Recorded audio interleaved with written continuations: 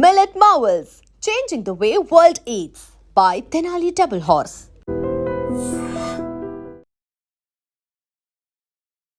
Welcome to iDream news. This is Pavan. So present అయితే Bigg Boss అని చెప్పేసి ఒక కాన్సెప్ట్ తో బిగ్ బాస్ అగ్ని పరీక్ష వస్తుంది. అసలు ఎలా అనిపిస్తుంది, జడ్జెస్ ఎలా ఉన్నారు, కన్సిస్టెంట్స్ ఎలా ఉన్నారు, ఆ షో ప్రజలకు ఎలా అనిపిస్తుందో అడిగి తెలుసుకుందాము. నమస్కారం అండి. నమస్కారం, చెప్పండి. ఎలా అనిపిస్తుంది అండి బిగ్ బాస్ అగ్ని పరీక్ష చూస్తున్నారా? చూస్తున్నాం. ఎలా ఉంది, నచ్చిందా మీకు? మాకు నచ్చలేదండి. ఫస్ట్ ఉన్న బిగ్ బాస్ చాలా బాగుండే, అది కొద్దిగా చూడాలనిపిస్తుంది. అది ఎప్పుడు వస్తుంది, ఎప్పుడు ఇష్టాలు అవుతుంది టీవీ కాడ కూర్చొని చూసేవాళ్ళం. జడ్జెస్ కూడా నవదీప్ అవి వీళ్ళందరూ వచ్చినారు, వాళ్ళని తిడుతున్నాండి పాపం. వీళ్ళు ఏం జడ్జిలేము కానీ వాళ్ళని తిడుతున్నారు. ఏం చేస్తున్నారు, ఉంటా వాళ్ళని తిడుతున్నారు, వాళ్ళని తిడుతున్నారు.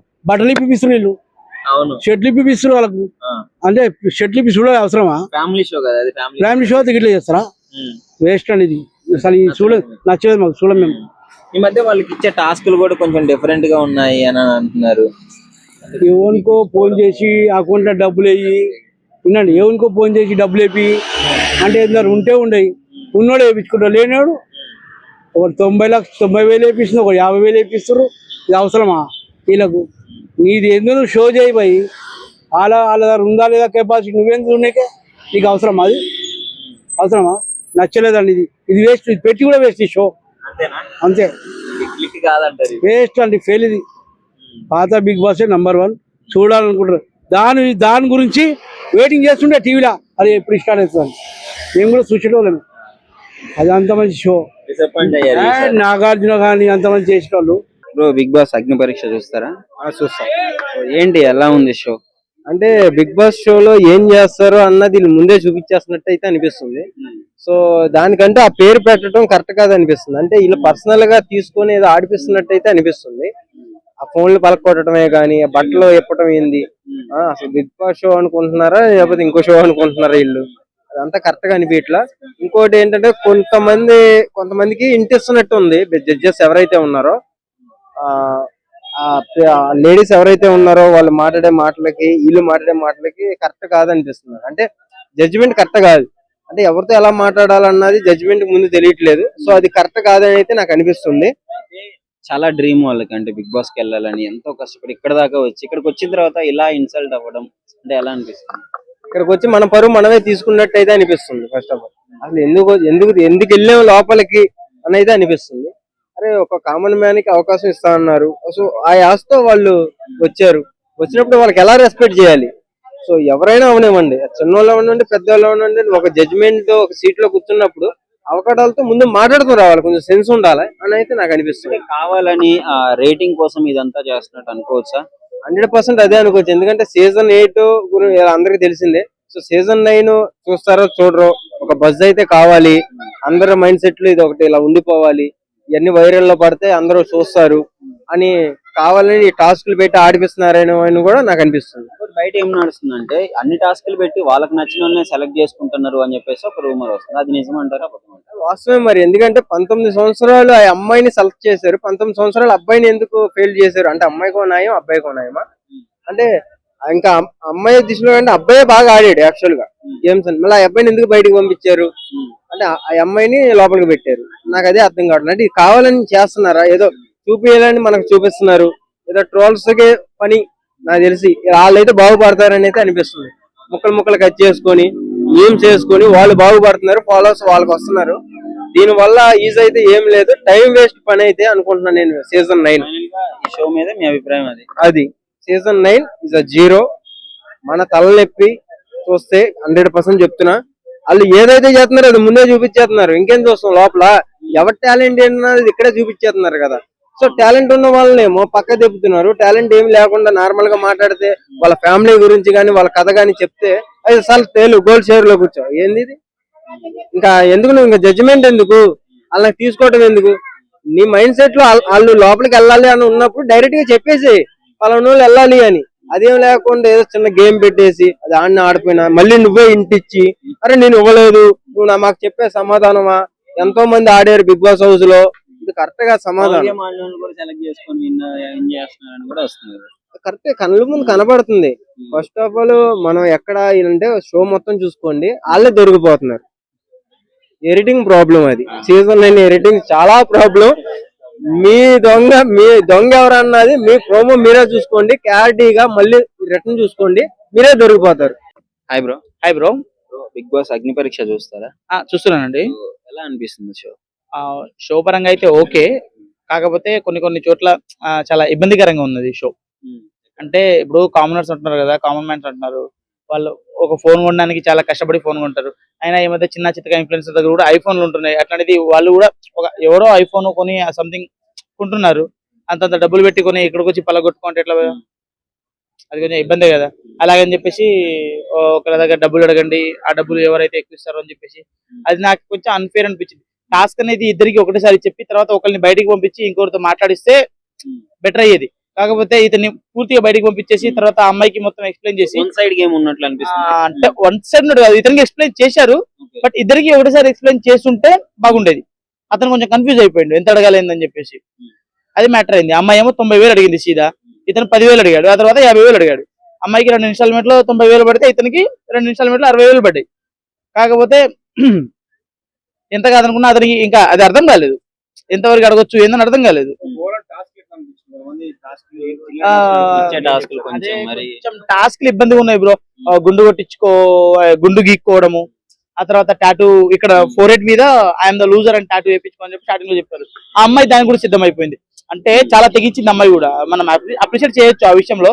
కాకపోతే చేతి మీద ఐ లవ్ బిగ్ బాస్ అని కొట్టించారు, కానీ ఒక టాటూ ఇప్పుడు గుండె అయితే గుండు గీకించుకుంటే మళ్ళీ వచ్చే ఇంటికి పోయా, కానీ టాటూ లైఫ్ టైం ఉండిపోద్ది, మళ్ళీ పోయేది కాదు, దాన్ని రిమూవ్ చేయించుకోవాలి.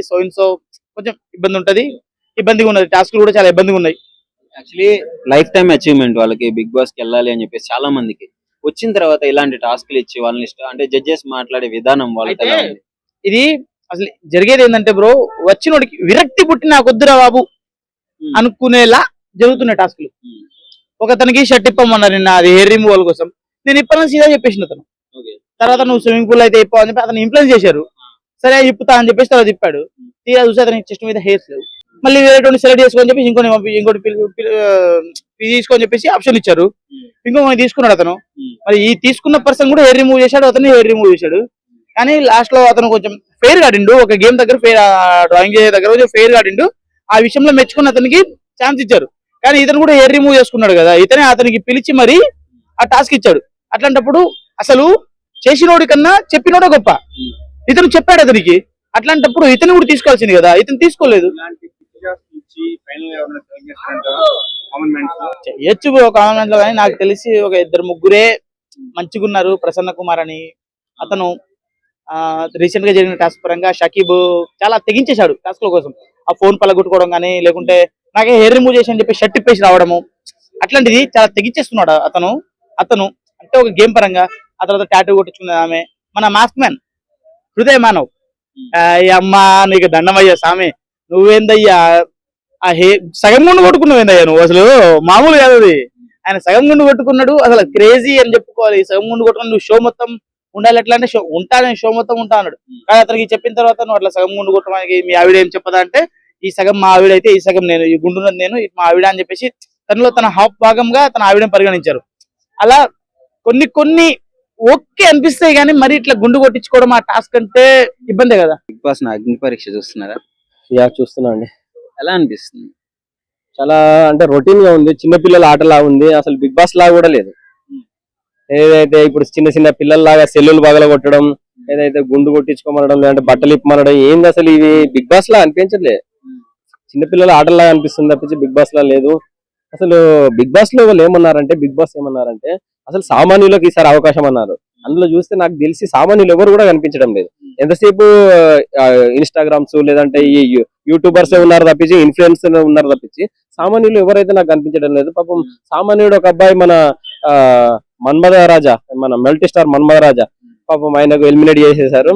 సో ఏంటంటే సామాన్యుడు అంటే ఎవరంటే అలాంటి సెల్లు లేనోడు, లేకుంటే అసలు యూట్యూబ్ లేనోళ్ళు, లేదంటే ఇన్స్టాగ్రామ్ అసలు ఏం లేనోళ్ళు, అలాంటి వాళ్ళు. ఎందుకంటే ఆయన బిగ్ బాస్ కోసం చాలా కష్టపడ్డాడు. ఇక్కడ ధర్నాలు చేశారంటే ఆయన చేస్తున్న కష్టం నాగార్జున గారికి తెలవాలని ఆయన వివిధ రకాలుగా అన్ని ఆయన చేయాల్సిన ముందే పక్క బెడ్ వేసుకుని పాపం వర్షం పడుతున్నా నైట్ అనక రే అనక పగలనక ఆయన బిగ్ బాస్ కోసం చేశారు. అలాంటి వాళ్ళకి ఇచ్చే అవకాశం బాగుండేది. అంటే సామాన్యులు అన్నారు కాబట్టి ఆయన పేరు చెప్తున్నాను. ఎంతసేపు ఇన్ఫ్లుయెన్సర్లు ఏందండి, ఇన్ఫ్లుయెన్సర్ ఇప్పుడు వాళ్ళ షో కోసం ఇన్ఫ్లుయెన్సర్ అని వాడుకున్నట్టు అనిపిస్తుంది. అంటే అక్కడ కంటెస్టెంట్స్ కూడా వాళ్ళు అంటే జడ్జెస్ వాళ్ళతో మాట్లాడే విధానం ఎట్లా అనిపిస్తుంది, అంటే కొంచెం తగ్గించి మాట్లాడినట్టు అట్లా ఉందని చెప్పేసి చెప్తున్నారు. తప్పకుండా అండి, అది అట్లనే అనిపిస్తుంది. అదే విధంగా ఇంకా ఏంటంటే ఈ జడ్జెస్ ఎవరైతే ఉన్నారో ఇప్పుడు శ్రీముఖ్ కానివ్వండి, లేకుంటే నవదీప్ కానివ్వండి, లేకుంటే ఎవరైనా కూడా కొంచెం వన్ సైడ్ గా చేస్తున్నట్టు కూడా అనిపిస్తుంది. ఇప్పుడు సెలెక్టెడ్ పీపుల్ తీసుకొని వచ్చి వాళ్ళకే వాళ్ళకే ఇచ్చేసినట్టు అనిపిస్తుంది. అదే వన్ సైడ్ గా డిక్లేర్ చేసినట్టు అనిపిస్తుంది. అందులో నాకు తెలిసి మన అలాగే చిటిపి గర్ల్స్ రమ్యకి ఇస్తే బాగుండేదండి, మిల్కీ బ్యూటీ. న్యూస్ వచ్చింది కదా ఇంతకు ముందు. అదే అంటున్నాను, నాకు పాపం తమన్నా దొక్కేసినట్టున్నది ఆమె. ఎందుకంటే ఇప్పుడు ఇండస్ట్రీలో మిల్కీ బ్యూటీ ఎవరైనా అంటే తమన్నా అంటారు. సో ఏంటంటే పాపం ఆమెకు మించి కూడా ఉంది కదా సూపర్. అంటే ఆ స్ట్రక్చర్ కూడా, ఆ స్ట్రక్చర్ గానీ, ఆ షేప్స్ గానీ అసలు ఎంత వైట్ గా ఉంటదండి అసలు రమ్య. ఈ మధ్యలో తన కండలతోటి అసలు మన గుండెల్ని జారగొడుతుంది.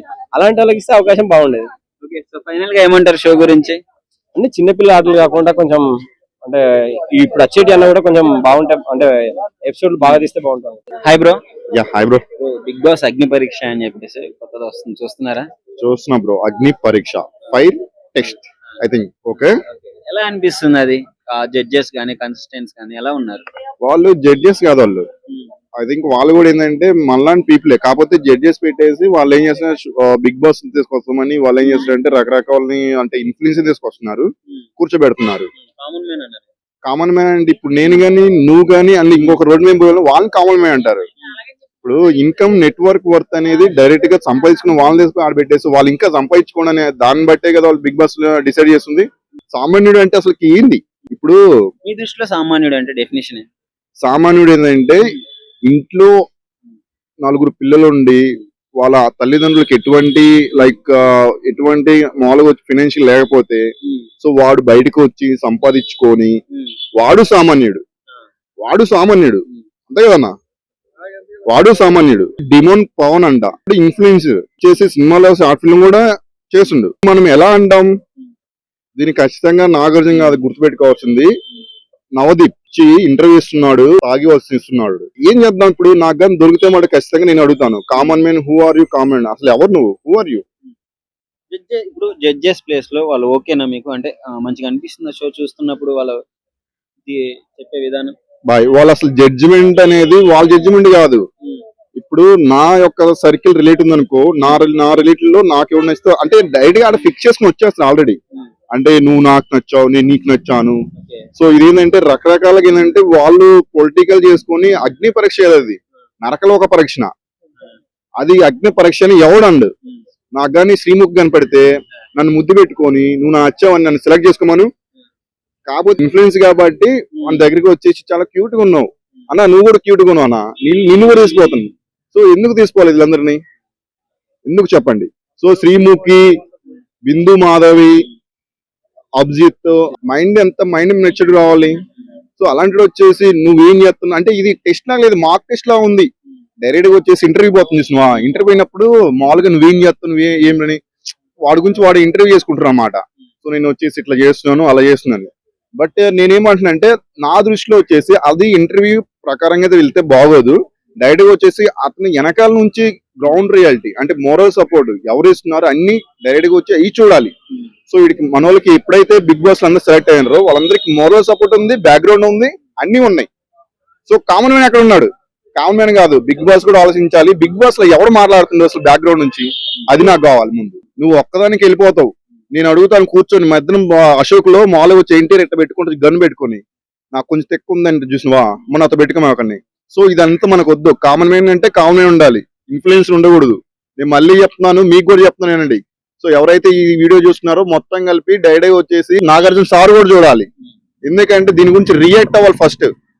ఇది నేను చెప్పదలుచుకుంటున్నాను. కామన్ మ్యాన్ అనేది డెఫినెట్లీ ఉండాలి కంపల్సరీ వచ్చేసి. సో వీళ్ళు మాత్రమే ఉండాలి. సో కామన్ మ్యాన్స్ అంటే కామన్ మ్యాన్ మాత్రమే ఉండాలి. డెఫినెట్లీ దీని గురించి నేను ఖచ్చితంగా తీసుకుంటాను, యాక్షన్ తీసుకుంటాను. నా దగ్గర వచ్చేసి ఒక గ్రూపే ఉంది, ఆ గ్రూప్ పెట్టేస్తాను. డెఫినెట్ గా వచ్చేసి రేపు అన్నపూర్ స్టూడియో కోసం డెఫినెట్లీ దీని గురించి మేము మాట్లాడతాం. ఖచ్చితంగా వచ్చేసి కామన్ మ్యాన్ అనేది ఒక పర్సన్ ఉండాలి. మీరు మామూలుగా వచ్చి మాట్లాడుకుని పొలిటికల్ వచ్చేసి డైరెక్ట్ గా వచ్చేసి ఇక్కడ రాండి మిమ్మల్ని జస్ట్ ఎంటర్టైన్మెంట్ ఇస్తాము మా టీఆర్పీ పెరుగుతుందంటే అది కుదరదు. ఇక్కడ ఎవరైతే కామన్ నువ్వు బయటకు వచ్చేసి ఎవడైతే చూస్తున్నా వాడు కామన్ మ్యాన్. నేను ఇన్ఫ్లుయెన్సర్ యూట్యూబ్ చూస్తున్నాను, ఇన్ఫ్లుయెన్స్ చూస్తున్నా అంటే అది కాదు. ఇది మీరు పెట్టుకోండి. రేపంటే బిగ్ బాస్ చూసినప్పుడు నేను ఎప్పుడో ఒక లాస్ట్ సీజన్ భయ, సో అభిజిత్ సన్నీ ఉన్నప్పుడు చూసిన. నేను ఎంత లవన్ అంటే భయ, సన్నీ ఉన్నప్పుడు డైరెక్ట్ నేను చూసేవాడిని.